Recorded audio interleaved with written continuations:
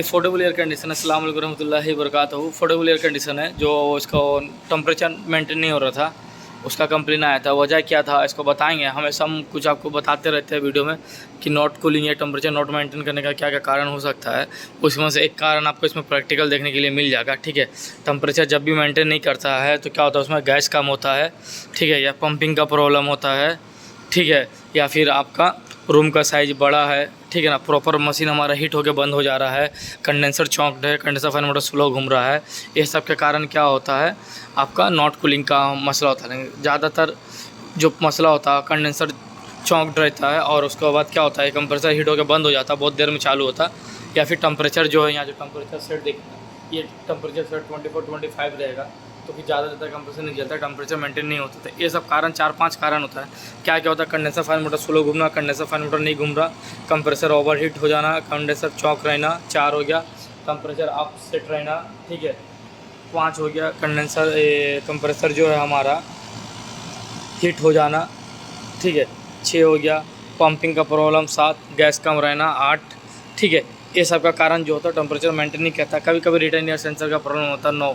ये सब जो कारण आपको हम बताएं, लेकिन इस एक पंपिंग इसका प्रॉब्लम रहेगा, कंप्रेसर चल रहा चिल्ड भी करेगा।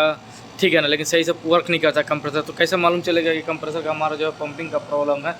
ठीक है, तो उसी को हम लोग दिखाएंगे, प्रैक्टिकल आपको बताएंगे कैसे आसानी से आपको गेज लगा के समझ में आ जाएगा कि कंप्रेसर जो है हमारा पंपिंग लेस है, प्रॉपर वर्क नहीं कर रहा है। ठीक है, तो इसका जो एम्पियर है 7.8 तक लोड में एम्पियर लेगा। ठीक है, तो अभी ठीक है, अभी देखिए यहाँ पे आपको एम्पियर ठीक है, लेकिन आपको जो सेक्शन प्रेशर दिख रहा है, सेक्शन प्रेशर का डायल जो दिख रहा है, up down up down up down हो रहा है। मतलब ये एक जगह प्रॉपर स्टेबल नहीं है। इसका सेक्शन प्रेशर अभी 60 होना चाहिए यहाँ। ठीक है ना, 60 होना चाहिए, लेकिन क्या रहा, बढ़ रहा है। ऐसा नहीं कि ओवर गैस चार्ज इसका वजह से हो रहा है, वैसा नहीं है। क्योंकि एम्पियर जो हमारा एम्पियर जो है नॉर्मल है। ठीक है ना, और अगर ओवर गैस चार्ज की वजह से भी होगा ना तो बढ़ेगा, तो बढ़े रह जाएगा, घटेगा नहीं। मतलब जो अप डाउन हो रहा है ना, ऐसे नहीं होगा ये। ठीक है, तो जब भी हमारा सेक्शन प्रेशर अप डाउन हो, कभी 60 में चल जाएगा, कभी 70, कभी 80 में चल जाएगा, जैसा ये देख रहे हैं, तो इसमें क्या होता है ना, पंपिंग का प्रॉब्लम्स होता है। कंप्रेसर का पंपिंग लेस है, पंपिंग वीक है, थोड़ा वीक है, इसका वजह से ये प्रॉब्लम होता है। इसका वजह से टेम्परेचर मेंटेन नहीं कर पाता। तो ये जो पंपिंग वीक है, पहचानने का सबसे आसान तरीका देखिए, जो डायल कैसे अप डाउन हो रहा है।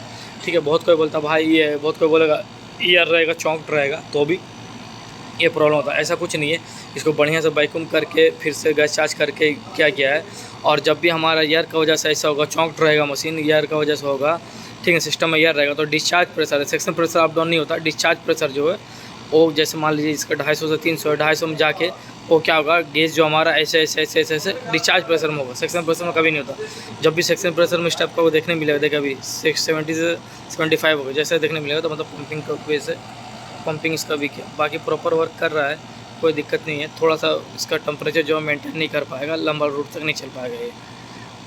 ठीक है, दिख रहा है ये गेज इस तरह से नहीं होना चाहिए, अप डाउन नहीं होना चाहिए। जहाँ भी अगर ओवर गैस चार्ज भी रहता है, मान लो 75 तो 75 में होना चाहिए, 80 65 to 65 होना चाहिए, 60 to 60 होना चाहिए। ये गेज जो है अप डाउन नहीं होना चाहिए। ठीक है, जैसा ये हो रहा है। अगर ऐसा आप एयर कंडीशन में हो रहा तो मतलब है कि जो कंप्रेसर है, कंप्रेसर का पंपिंग हुई है, कंप्रेसर को चेंज करना होगा, तो प्रॉब्लम आपका सॉल्व हो जाएगा। तो ये छोटा सा इन्फॉर्मेटिव वीडियो था, टेम्परेचर नॉट मेंटेन करने का क्या कारण होता है, और दूसरा है कि पंपिंग वीक रहेगा तो कैसा पहचानेंगे। ठीक है, तो ये कारण जिसके कारण टेम्परेचर मेंटेन नहीं कर रहा था, आपको प्रैक्टिकल देखने के लिए मिला। इसी तरह प्रैक्टिकल वीडियो के मेरे चैनल को सब्सक्राइब कर लीजिए, शेयर जरूर कीजिएगा, लाइक कीजिएगा। 600 से ज़्यादा प्रैक्टिकल वीडियोस अपलोड है। फिर इन सेलेक्ट नया वीडियो नए टॉपिक के साथ मिलेंगे। अल्लाह हाफ़िज़। बंद कर दो इसको, बंद करो, खोल दो गेज खोल दो, गेज खोलो। ये अफोर्डेबल एयर कंडीशन था। इसी तरह से और इन्फॉर्मेटिव वीडियो के लिए चैनल को सब्सक्राइब कर लीजिए। फिर नया वीडियो नया टॉपिक के साथ मिलेंगे। अल्लाह हाफ़िज़। वीडियो अच्छा लगता तो लाइक कीजिएगा, सब्सक्राइब कीजिएगा and take care, safely work कीजिए। ये छोटा सा एक कारण था जो हम आपको दिखा, प्रैक्टिकल हमेशा हम बताते थे कि ऐसा ऐसा कारण होता है। टेम्परेचर नॉट मेंटेन का कारण होता है, तो डिस्प्ले थर्मोस्टेट से टेम्परेचर अप 24-25 करे रहेंगे, तो अभी क्या होता है, थोड़ा देर कंप्रेसर चलेगा, फिर बंद हो जाएगा। क्या कि अब टेम्परेचर सेट, अगर टेम्परेचर डाउन है फिर मेंटेन नहीं कर रहा, तो क्या होता है, कंडेंसर फैन मोटर स्लो घूमना, कंडेंसर फैन मोटर नहीं घूमना, कंडेंसर चौक रहना। क्या है कि ये सब जितना भी कारण रहेगा, तो उसमें क्या होता है, कंप्रेसर हीट हो जाता है और बंद हो जाएगा, तो कंप्रेसर ज़्यादा देर तक चलेगा नहीं, तो रूम गर्मी हो जाता है। ठीक है। कंप्रेसर ओवरहीट होना, ये भी कंप्रेसर नहीं चलना, ठीक है। टेम्परेचर नॉट मेंटेन का कंप्रेसर नहीं चलना मतलब नॉट कूलिंग हो जाएगा, कंप्रेसर चलेगा थोड़ा देर बंद हो जाएगा मतलब टेम्परेचर नॉट मेंटेन का कंप्रेसर, ठीक है। तो ये सब रिटर्न सेंसर का फॉल्ट होना, गैस कम होना, कंप्रेसर का पंपिंग का प्रॉब्लम होना, ये सब कारण से ओवर गैस चार्ज होना, ये सब कारण से कंप्रेसर जो है टेम्परेचर नॉट मेंटेन के कारण होता है। अगर वीडियो आपको अच्छा लगे तो लाइक कीजिए, सब्सक्राइब कीजिए। फिर नया वीडियो नया टॉपिक के साथ मिलेंगे। अल्लाह हाफिज़, टेक केयर।